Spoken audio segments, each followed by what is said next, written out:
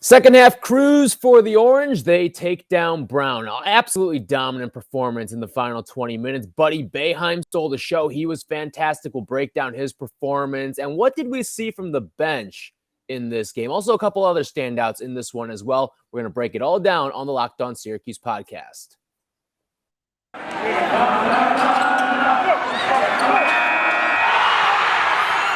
You are Locked On Syracuse, your daily podcast on the Syracuse Orange, part of the Locked On Podcast Network, your team every day.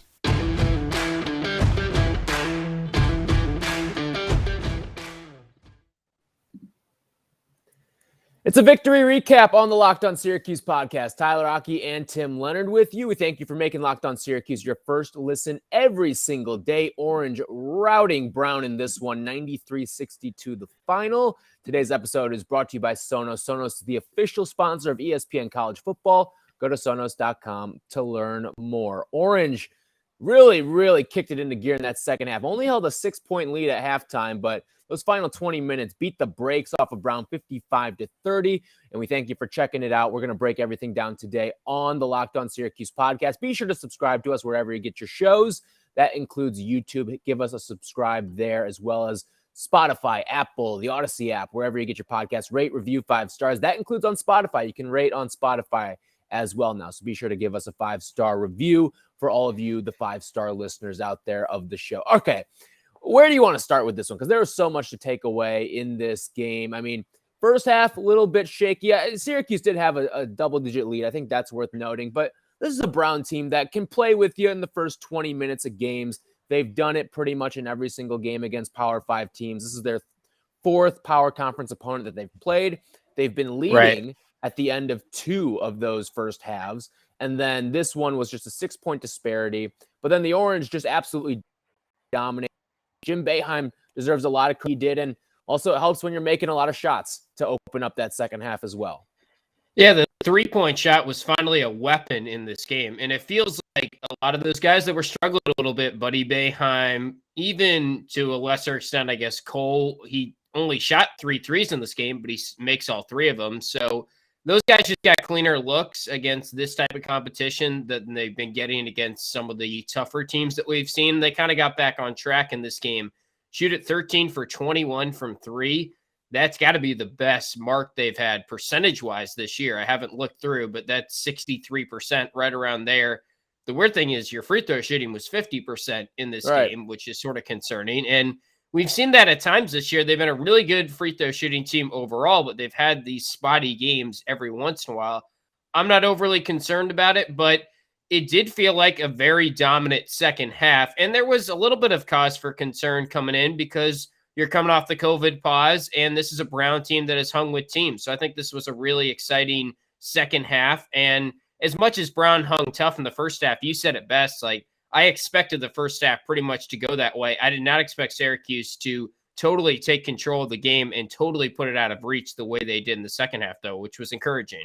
Yeah, I want to get to something you mentioned there with the free throws and the three-pointers. Listen, Syracuse is probably not going to shoot 60% from 3 again this season, but they're also not going to shoot 50% from the free throw line again this season. They're a good free throw shooting team, and they're a solid 3-point shooting team. I'd expect Syracuse to hang in the neighborhood of 36, 37% as a team for the rest of the season from 3. I'd expect them to shoot in the neighborhood of 75 to 77% from the free throw line. I think when all that stuff evens out, but again, when you're giving yourself, we'll say 4 extra 3-pointers in this game, I guess given the opponent, you can maybe say, okay, we'll take away 2 or 3, and then you'll add 4 or 5 more free throws to their average ledger that they'll make per game. You feel pretty good about what Syracuse did offensively. It feels like everything will sort of even out.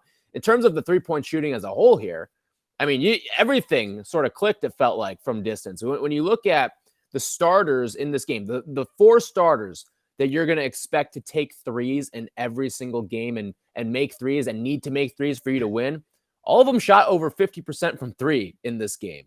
And that, to me, is a sign of a team that's, you need that stuff. Is this the get-right game is kind of what we talked about time and time again. And it looked like a lot of people got right from 3, and that's a good thing. And it certainly helps when you're on your home floor for just the 5th time this season.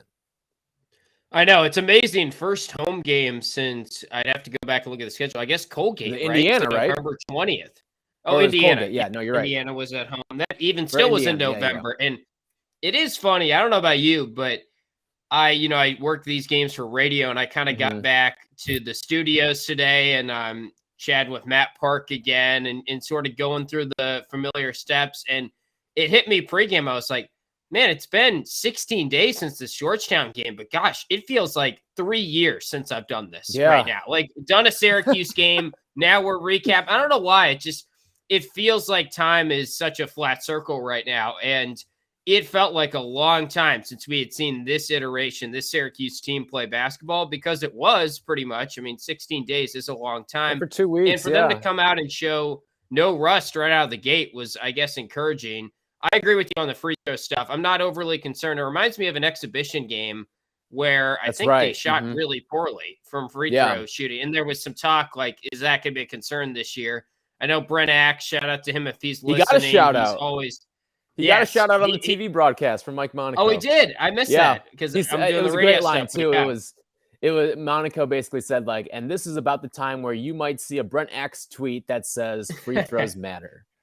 I love that. That's awesome. Shout out to Mike Monaco too, who I didn't get to listen to today, but he's usually great on the Syracuse game. So anyway, it's not overly concerning, the free throw stuff. I think what's encouraging is they played a full game and they got better as the game went along, because even though it is Brown, they've been struggling in these second halves here, and they've been struggling defensively in the second halves, and the defense looked pretty solid in that second half.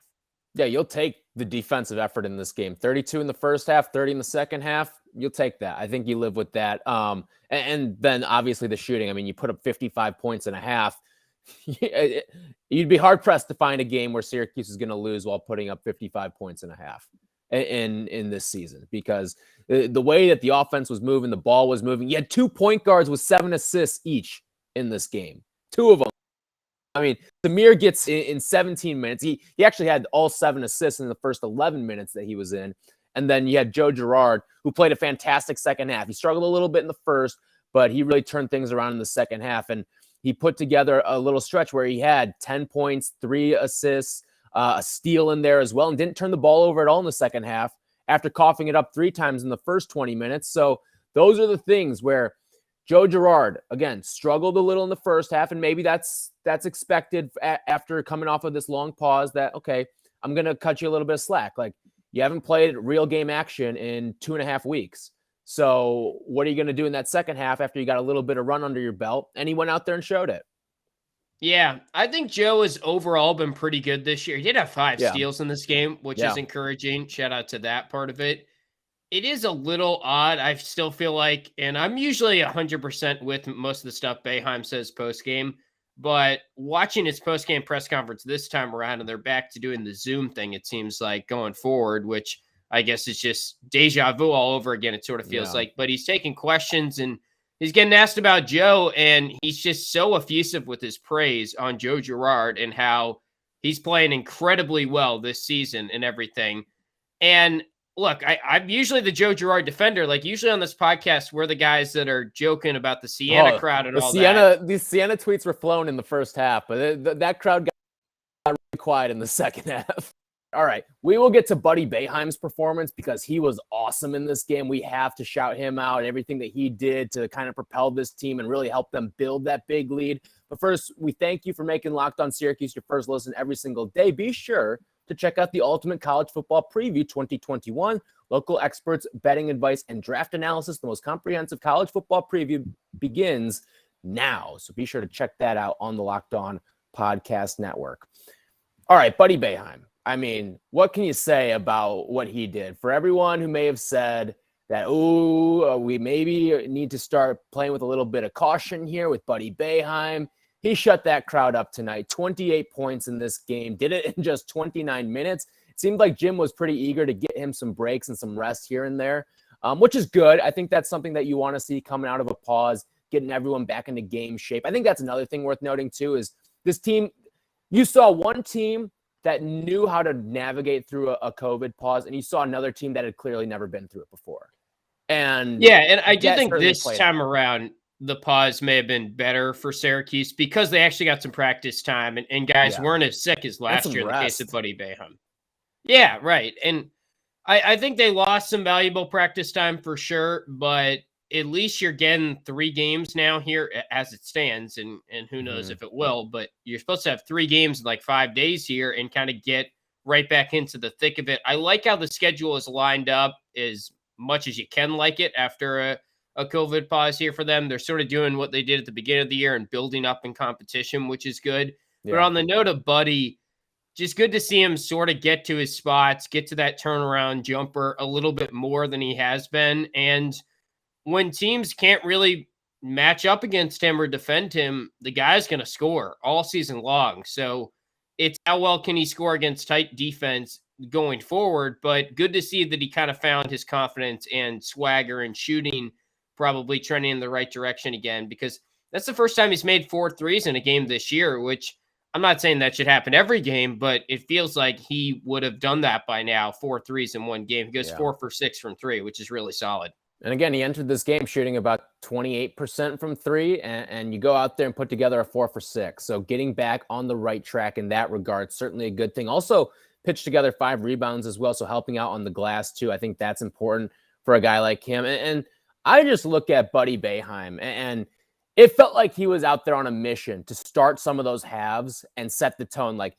obviously, Jimmy scores the first bucket, right? Like, you can have however long of a pause you want, but we all know that Jimmy Boeheim's going to go out there and score that first bucket. But then who followed him up? Most of the time, it was a lot of Buddy Boeheim. He'd get a couple threes. He'd go out and get to the free throw line area and get his shot up. I mean, I watched DeMar DeRozan and the Bulls right after this game, and I felt like I was almost watching the same player because they're just so meticulous with getting to that free throw line area spot and then just shooting over guys.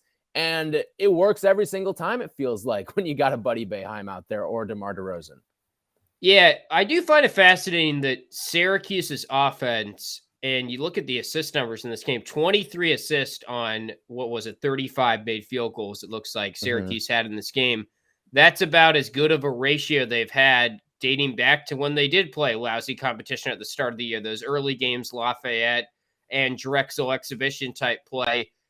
It's odd how the offense looks so good against bad teams when they are getting shots, and they pass the ball so much better. We talked about Torrance and Girard each having 7 assists. I mean, Symir Torrance had a 177 offensive rating in this game. Wow. Yeah. Played 17 minutes. That's a really high offensive rating to get on KenPom. He was super efficient. He's not really looking at the basket a ton, which we've talked about with him, but he's distributing. He's finding the right guys.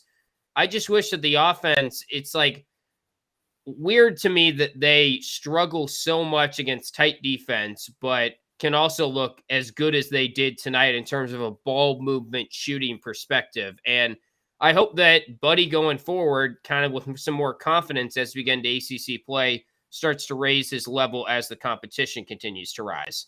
Right. And I think, listen, I don't think Buddy's going to go out there and score 28 or 24 or 20 every single game. But I think this is certainly a confidence thing. And what do we say about these sort of games, the Brown, and then you're going to have Cornell coming up? These are confidence building games. These are games you sort of need to, okay, get your legs under you. And you can turn that 28 performance into a 20 against Virginia on Saturday. That's what you're hoping for here.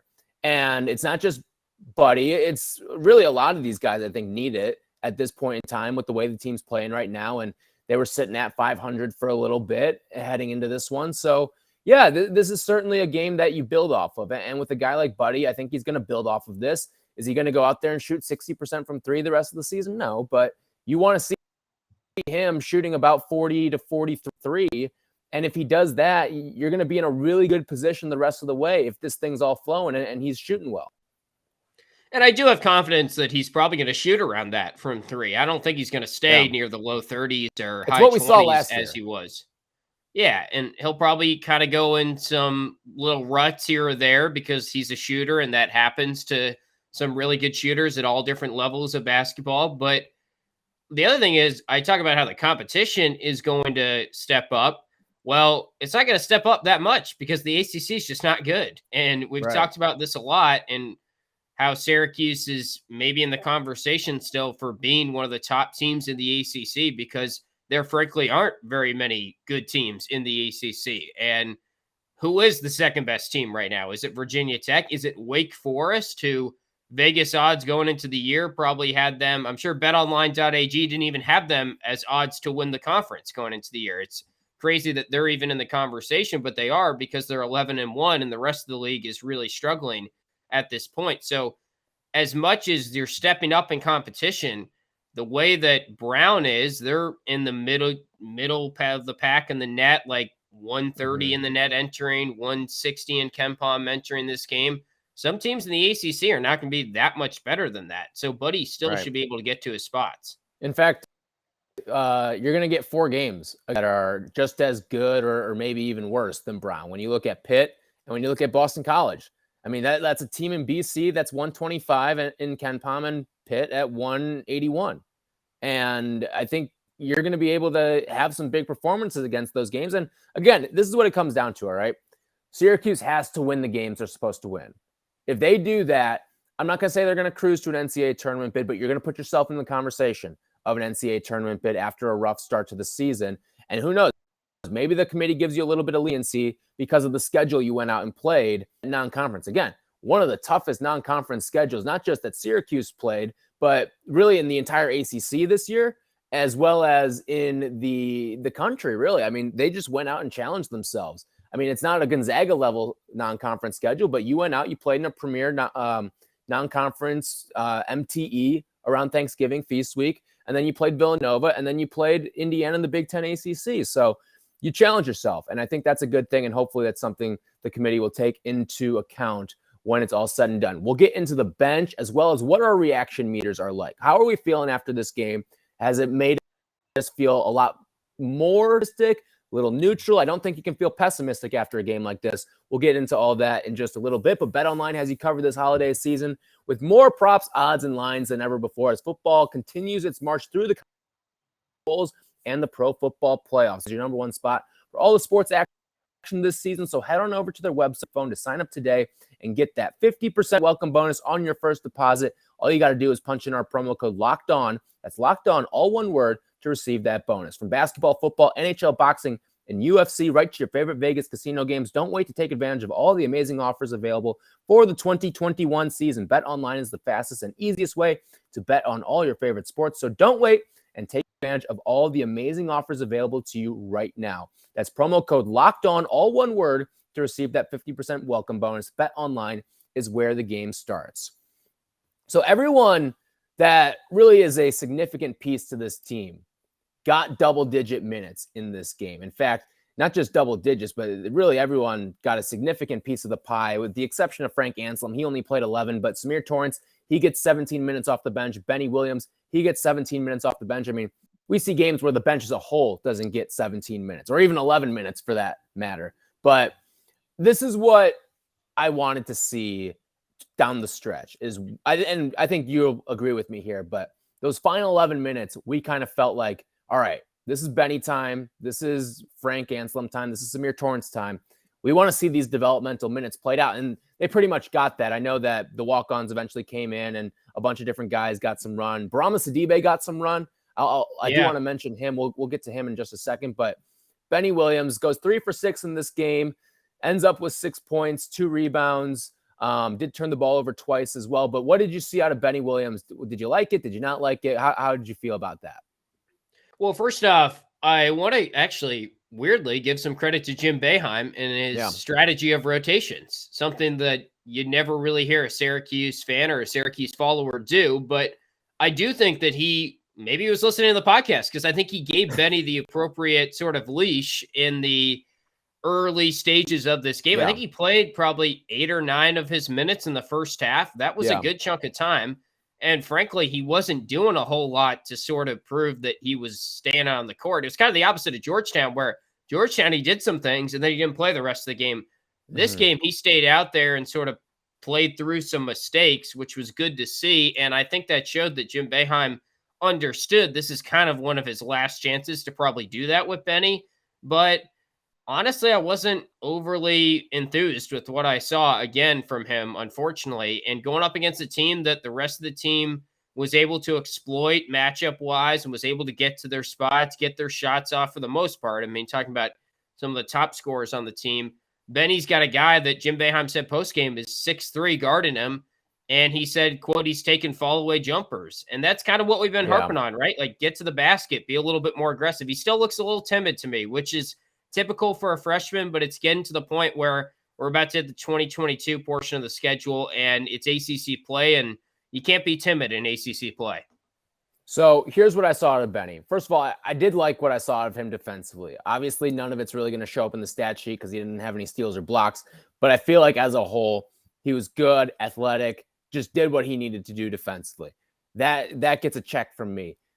But in that first half, you're right. Jim Boeheim let him play with a leash. And I remember two moments where I was like, all right, he could probably get benched after either one of these. Old Jim Boeheim, I shouldn't even say old Jim Boeheim, but like Jim Boeheim in the past this season would have benched him in some of these moments. He didn't bench him in a couple of these moments in this game. There was one where he should have gotten a rebound and just kind of went after it half-heartedly, ended up not getting it. And then there was another one where he caught the ball with his toe on the line it was a rebound attempt, I think it was. And he caught the ball with his toe on the line and it was going down. And those were moments where I was like, all right, Jim's probably going to sit him after this. And he didn't. He let him play and let him made a third mistake. And then it was finally time to pull him out, which you had to do. The game was starting to narrow up a little bit. You do need to get your best players on the floor.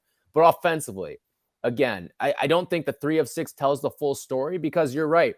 The timidness was there. You saw a couple plays in this game where they explicitly cleared out the offense to one side, got Benny in the post on a smaller guy and said, all right, go to work.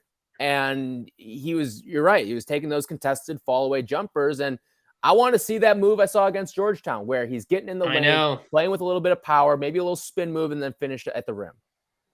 How about in the first half when it's a breakaway and Symir does the wise thing of sort of letting up a little bit and is going to throw kind of a lob to him or at least just get him the ball when you've got numbers and he's the trailer. And he just weirdly sort of stopped running, it seemed like. And I don't know, it's just sort of a confidence thing that is common with freshmen. But at the same time, I think we'd be lying to ourselves if we said that it's not a little bit concerning that at this stage of the season, after some decent practice time here, and he probably was getting some more run when Cole and Jimmy were out as the first two guys that got COVID.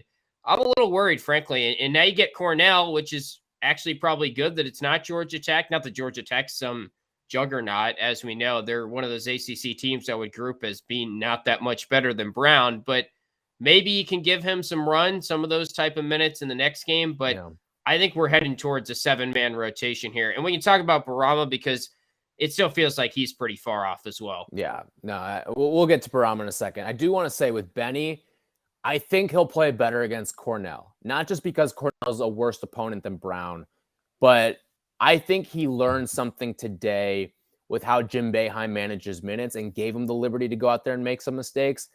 I think we might see a more aggressive player who doesn't kind of feel like he's got someone peering over his shoulder the entire time while he's out there. Hopefully we'll see that against Cornell where he kind of play a full game with a clear head, clear mind. We'll see. I have some of these numbers though. Okay. These are some of the concerning numbers and I tweeted these out on our account at @LO_Syracuse. So we got a great tweet from Tony Staffieri, tweets at us all the time during games, listens to the show. He says, I'm trying, guys, but I'm not seeing a 5-star out there. This is an Ivy League opponent who hasn't played in 17 days. And I reply with this.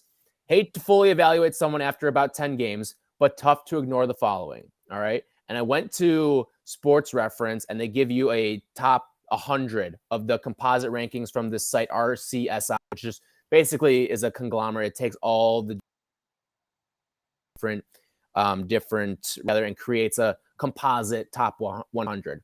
So off of that, he's the only player in the top 75 with a negative win share right now. He's negative 0.2, at least before the game against Brown. Negative 0.2. Only player in the top 20 or in the top 75 with that. One of 3 players in the top 100 with 10 plus games played and less than 2 points per game. And he's got the fewest rebounds per game among top 100 players with at least 10 games played. Those numbers aren't great. Not good. And listen, you can say the scoring is a struggle, right? Like, okay, not all freshmen are going to go in and light the world up from a scoring perspective. With a guy with his athleticism, you should be able to be up there and rebound. You should not be fewest among the top 100 with 10 plus games played in rebounding per game. Yeah, and the sad thing is that the more you dig into the numbers like you did, the more numbers you find in regards to Benny that don't look good, right? Like the offensive rating, the deeper analytically you go, the worse it looks. And it does feel like if Benny wasn't a top 50 recruit, a top 30 recruit on some sites, then maybe fans would have been calling for him to play less minutes or that type of stuff. Like it's not like he's given us anything that warrants him playing minutes outside of the potential and the talent that is there. And the fact that he does help us in some areas that the team really needs going forward. But it's looking more and more like we're going to see a 7-man rotation, I think. I will say this. People have given Jim Boeheim a lot of criticism for how he has handled some of these top 50, top 75 guys in years past. He doesn't deserve any for how he's handled Benny Williams for the most part. I know we sometimes say, oh, like play more in some of these games here or there. For the most part, I mean, Benny's gotten what he's deserved minutes-wise. And really credit to Benny, too, because he's said as much. He knows he has not played well. He is frustrated with the way that he's playing right now. Hopefully, you'll see a guy that will stick it out and have a sophomore boom. That right now, if you're a Syracuse fan, you just hope he sort of figures it out along the way. Okay, maybe he plays 8 or so minutes a night the rest of the way. Doesn't really make much of an impact this year, but down the road, you're hoping he sticks this thing out with the Orange and then gets that significant playing time because we've laid it out. It's going to be there next year. There's going to be plenty of opportunities for him to be the guy next year. And you just got to hope that he can live up to that talent level. Yeah, I've said this before, but I don't think long-term this season really changes a ton of my thought process on how good Benny Williams can be at his peak at Syracuse. It's just he's got a longer way to go to get to that peak than maybe I thought, and he's not going to come anywhere close to that as a freshman. Whereas there was some talk at the beginning of the year and some reason to believe maybe he could go one and done. It's not going to work out that way, and that's fine. Not a lot of freshmen go one and done that go to Syracuse. So we move on, and look, he could have a big game against Cornell. We're going to get something from him. I think we'll still have some splash moments from him the rest of the year, but there's also going to be a lot of games in ACC play where he might not play. And if you're Jim Boeheim, I'm not totally against him for doing that because he's giving him run and he's not really giving you any sort of confidence on the court right now. Right. Last thing we should get to here, and then we'll get out of here. Bourama Sidibe goes out there, plays 3 minutes. What'd you think? I mean, because to me, I'm not going to say it's fully at this level, but it almost feels like Alex Smith in the NFL where you saw him go out there and like, yeah, he's out there on the field, but not giving you much, not inspiring a whole lot of confidence. He clearly has a long way to go, and I wouldn't expect him to be a key part of the ACC rotation right away, at least. I do think if he gets to a point where he's contributing, that could help us because if anything, I feel like Jesse and Frank are being a little bit overrated defensively. Now, offensively, Jesse has come a long way, and he still did some nice stuff in this game. But I do think the 2-3 zone in the middle part of the 2-3 zone hasn't been great. And everyone points to how Jesse is at getting out to the corners. He got some of those blocks on the perimeter. Yeah, look, I'm more of a Jesse fan than most, I think. But also, you want to talk about numbers and digging into it. The more you look into his on and off numbers, the defense doesn't necessarily do a whole lot better when Jesse's out there. And even last year, everyone was talking about Jesse when he gets out there, the defense is a whole lot better. Eye test wise, I agree, but also the numbers don't really back that up. So it's not like Jesse is some huge defensive force. And the other thing is, it's not like Bourama was when he was at his peak either. But maybe if you throw in Bourama for 5 or 10 minutes, it couldn't hurt going forward. If he gets to that point, he's clearly pretty far away right now. Yeah, I mean, if this game, it ended up being a 31-point margin. If this thing's anything shorter than 25 points, I don't think we're seeing Bourama. I really don't. Like, it was just that sort of game where you kind of wanted to let everyone get their run in, and I don't know. Bourama to me, and I think it's going to be this way the entire season, is break glass in case of emergency. Because health-wise, I don't think he's there. And just the way that Jesse's playing as well as Frank, I'm I'm not really seeing a whole cause to put him out there either and risk anything, really. Yeah.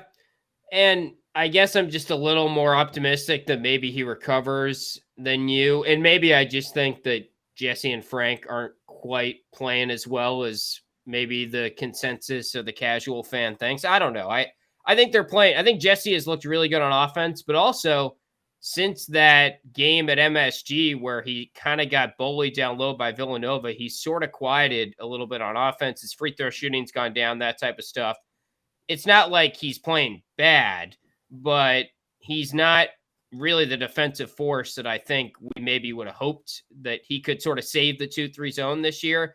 And as much as he's got a really tough job on defense, getting out to the corners and all that, and Sidibe probably wouldn't do it any better, I just don't think it's totally accurate to sit here and say that Jesse has been great on defense or great all around for the past 3 or 4 games. All right, that's going to do it for us today. Tomorrow, short turnaround, Tim. We're going to be previewing Cornell on the show. Orange and Big Red, the Jimmy Boeheim revenge game. We'll dive into that matchup. And we will also get you our prop shop picks and all that good stuff as well. So be sure to hit subscribe wherever you get your podcasts. Hit us up on YouTube as well. Subscribe to the channel there. We'd love to interact with you guys along the way, read some of your comments as well. So for Tim, I'm Tyler. We will preview Cornell